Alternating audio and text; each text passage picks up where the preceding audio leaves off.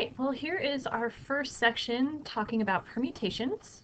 It's going to just be the basics of, the definition of permutation, but we're going to look at a lot of different variations of our permutations and all the different formulas that we're going to use.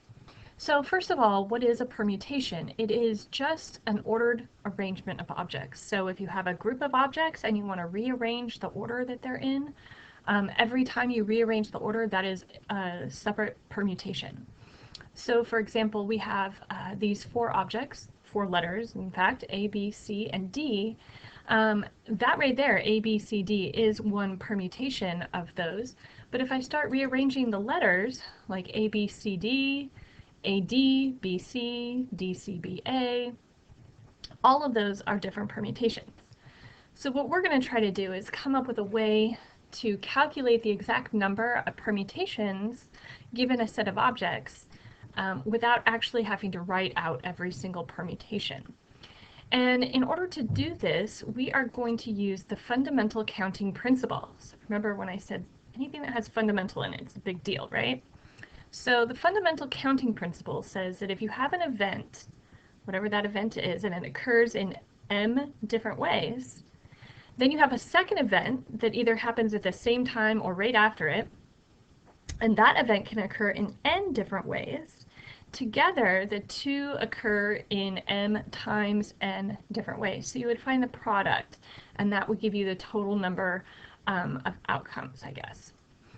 So let's apply our fundamental counting principle to figure out how many different permutations we can get. So if we start off looking at our 4 letters, A, B, C, and D, we have to pay attention to the fact that we do not want to have any repetitions. That means that when we list out the elements, you're not going to have a list of just all A's, like A. Okay, so each letter is going to be used exactly once. So the choices that you have for the first letter, for A, B, C, and D, you get all 4 choices. So there's 4 possibilities there for us to put in that first slot. Now say, the first letter we chose to be D. Now D is out of the pool of letters that we can choose from for the second letter. So now we only have 3 letters left to choose from. Okay, so the third letter, now that we've taken 2 away, we only have 2 left. And you can imagine after, say, having picked B, C, and A, the last letter would have to be D. So you only have 1 choice for the last letter. So using our fundamental counting principle, this is 1 event, this is the second event, this is the third event, this is the fourth event. We're going to multiply all of those together, and that gives us our total number of permutations.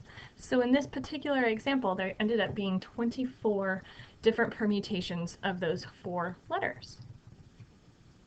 Okay, well, that's cool. What if, I'm sorry, we wanted to talk about the theorem, because we don't want to actually write this all out every time, right? So the total number of permutations for your set of objects, given that there are no repetitions, and this is going to be really key here, the no repetitions, because in a minute we're going to see what it would be like if we allowed repetitions.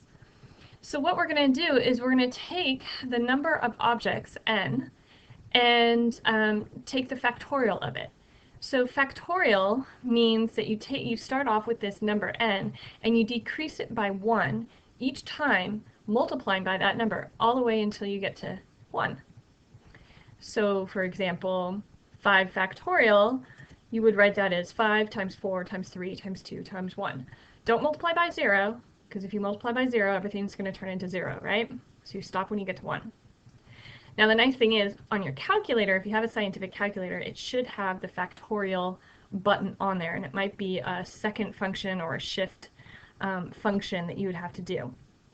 So you should look at your calculator and see if you can find that button, because it's going to be important, and practice how to calculate with it. You should get 120. Okay? All right, so here's another example. How many ways can 8 motorcycles be parked in a row? So do you think that there could be any repetitions of motorcycles? We have 8 motorcycles. I don't think any one of those motorcycles is going to clone itself automatically and include itself in that list of motorcycles parked in front of the dealership or something. So we have 8 separate motorcycles. Each one is going to be used only once. So that's just going to be an 8 factorial, which gives you the 40,320. All right, so let's go back to our example that we did. But now we are going to allow for repetitions. That means that we could potentially have all A's or all C's or ACAC, something like that. So your first letter could be any of those 4, A, B, C, or D, so we have 4 options. But if the second letter could be repeated, then we don't have to take one away, so it's still 4 options. Same for the third and the fourth. So you end up getting a lot more different permutations when you allow for repetitions. In fact, you get 4 raised to the 4th power, which is 256. A lot more than the 24 that we saw before, right? Okay, so our theorem that goes along with this now, the total number of permutations of a set of n objects with repetitions is given as n raised to the nth power. So as you saw, 4 raised to the 4th power. So we'll have to keep track of, do you allow for repetitions or do you not allow for repetitions to determine which formula you're going to use. Are you going to take the factorial or are you going to take n raised to the nth power? All right, here are some just little facts about factorial. Factorials are kind of interesting. They're fun to play with. Because you are just listing out numbers decreasing by 1 each time, you could write n factorial as n times n minus 1 factorial if you wanted to. You can stop with your factorials at any time. Also, 0 factorial, interestingly enough, you would think is 0, but it's not. It's 1. So, curious. Interesting. All right, so what could we do with this? Well, why would we want to know this? Especially since we have a calculator, right, that has that factorial button. Well, sometimes you might be without a calculator and you need to do some calculations, maybe fractions that have factorials in it, and you would want to be able to simplify. And I could write 6 factorial as 6 times 5 factorial, and if there were a 5 factorial in the denominator, they would then just be able to cancel. I could also, instead, if I wanted to, write 6 times 5 times 4 times 3 factorial. I can stop wherever I want and just put a factorial at the end because I know it will continue on. It's just a shorthand way, I guess, of saying to carry on until you get to 1. Okay, so let's see. Here is a fraction where there are 2 factorials in it, and say you forgot your calculator that day and you still had to calculate it out. We could actually write this as 8 times 7 times 6 times 5 factorial, and you stop at the 5 factorial because then you know that this 5 factorial and that 5 factorial will cancel out. And then all you have to do is multiply the 8 times 7 times 6, and you can see that's a much easier calculation perhaps to do on the side of your paper in your head. Okay, so now what we're going to do is we're going to look at these permutations where we have a huge set of objects, but we're only going to rearrange a smaller subset of objects. So think about maybe having all the letters in the alphabet to use in order to make a license plate. And you can only use 7 of them. Okay, so it's like taking a large set of objects and then you're going to be picking objects from that larger set to rearrange. So we have a formula for this, which you say you have a set of objects n and you're taking r of them to rearrange. No repetitions, by the way.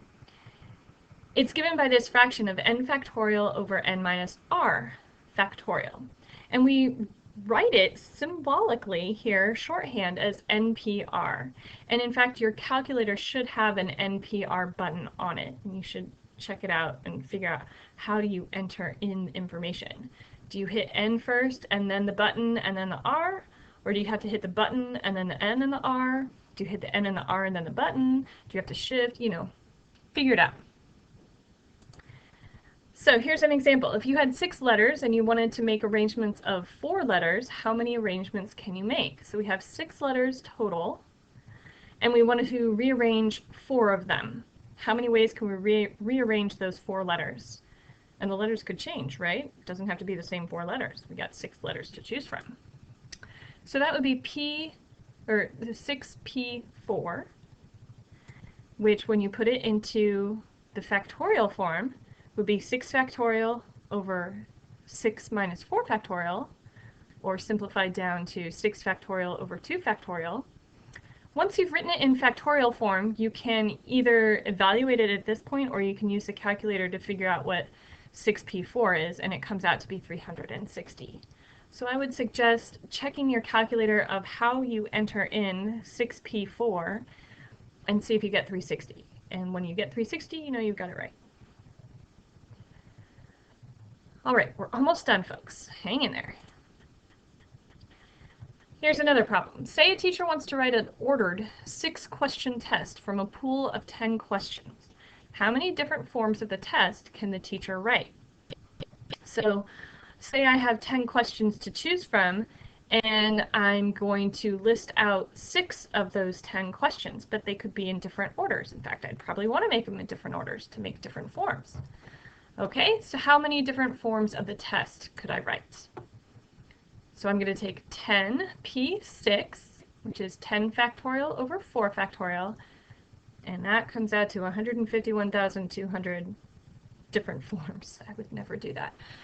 Way too crazy. Okay, next. Sorry. What if now we are still taking a larger set of objects and then a smaller subset to rearrange, but now we allow for repetitions?